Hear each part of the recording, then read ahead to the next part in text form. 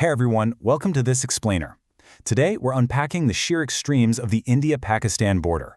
You know, we tend to think of borders as just lines on a map, right? But this one, it's a living, breathing landscape. It's totally shaped by history, intense conflict, and some seriously deeply ingrained cultural rituals. So, how exactly does a border become the world's most dangerous zone and a top tourist attraction at the exact same time? It's a wild paradox. We're talking about a space that literally hosts heavily armed, freezing military standoffs and massive, cheering crowds of tourists basically on a daily basis. To figure out how this happened, we've got to go back to its birth. Part 1. A rushed 1947 partition. To really grasp the present situation, we have to look at the hurried creation of this boundary right at the twilight of British rule in the subcontinent. Look at this timeline from 1947. The Indian Independence Act passed on July 18th, which basically started a ticking clock for independence on August 15th. So the British brought in a judge, Sir Cyril Radcliffe. Now get this, the guy had never even visited India before, and they gave him mere weeks to just hurriedly drop the borders of the Punjab and Bengal provinces. Insane, right? In fact, the final demarcation line, the Radcliffe Line, was actually published on August 17th, 2 full days after the countries became independent. 88 million. The scale of what Radcliffe had to do is honestly hard to even wrap your head around. That single line was supposed to equitably divide 175,000 square miles of territory, but in doing so it disrupted and displaced an estimated 88 million people. Drawing that line sparked massive, tragic migrations and left this heavy legacy of tension that absolutely still defines the region today. Part 2, mapping a complex boundary. Fast forward to today, and that messy cartographic legacy has evolved into a highly complex, multi-segmented border that reflects decades of geopolitical shifts and conflicts. So the really crucial point here is that this border isn't just one continuous, agreed-upon line. It's actually made up of 4 distinct sections. First, you've got the internationally recognized boundary, which comes from that original Radcliffe Line. Then, up in the disputed Kashmir region, things get super complicated. There's the working boundary separating Indian-administrated Jammu and Kashmir from Pakistani Punjab. Further north is the Line of Control, or LOC, which is a heavily monitored ceasefire line. And finally, right at the top, the actual Ground Position Line, or AGPL. When you string all those segments together, the scale is just staggering. 3,323 kilometers. That's a massive boundary. And it cuts through wildly different terrains. It starts down south in the tidal estuaries of Sir Creek, runs all the way up through western deserts, crosses populated plains, and finally ends in those totally inhospitable icy peaks in the north. Part 3. A border seen from space. But it's the overwhelming militarization of that 3,323-kilometer stretch that really sets it apart globally. It's what cements its reputation as one of the most dangerous zones on the planet. Just think about this, 150,000. To monitor and secure this massive frontier, India has installed roughly 150,000 high-powered floodlights mounted on over 50,000 poles all along the terrain. That is a mind-boggling amount of infrastructure. During the nighttime, the India-Pakistan border is distinctly visible from outer space. I mean, wow.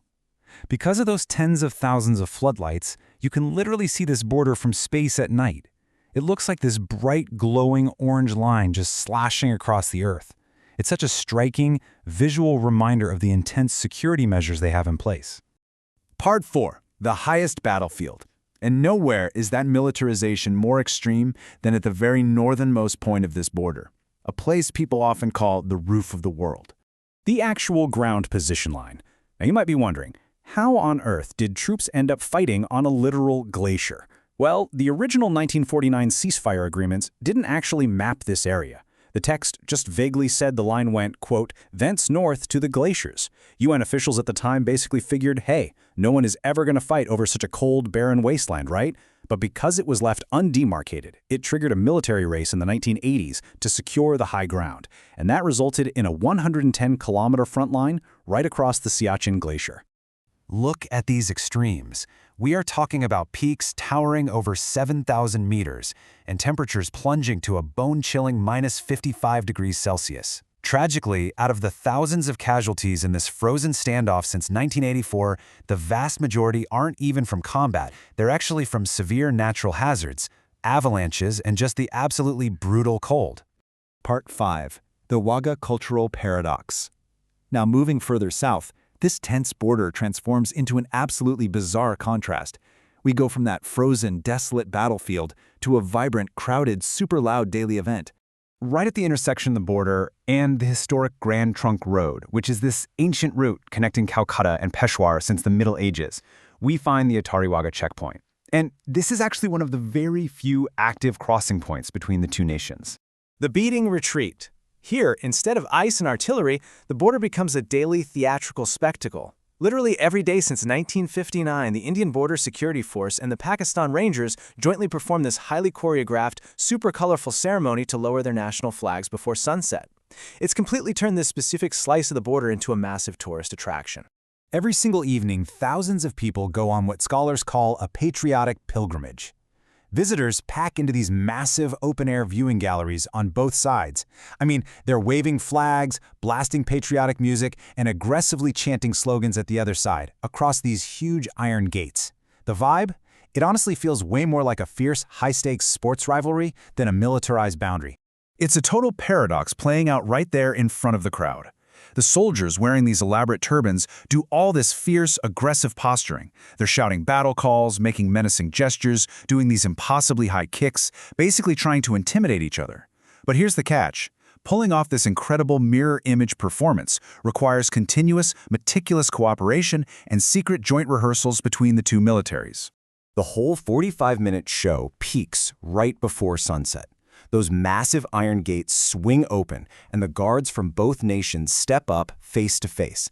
Then, the Indian and Pakistani flags are lowered completely in sync. It's perfectly timed so that neither flag is ever sitting lower than the other. The handshake at the end reveals the artifice of the ceremony and the border itself.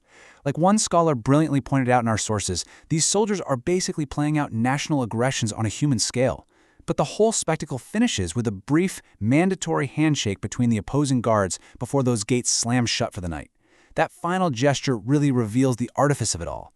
Beneath the glaring and the stomping, there's actually a foundation of mutual agreement and shared heritage. So does this daily handshake represent the artifice of their conflict, or maybe a blueprint for shared peace? As we wrap up this explainer, looking back at this wild journey, from a rushed line drawn on a map in 1947 to a 3,323-kilometer boundary visible from space to a frozen battlefield, and finally to this highly choreographed gate in Wagah, we have to ask ourselves what this ritual truly means. Is it just a safe outlet to vent decades of tension, or does that brief, synchronized handshake actually hold a blueprint for future cooperation on the subcontinent? It's definitely a powerful thought to leave you with. Thanks so much for joining me, and keep questioning the lines that divide our world.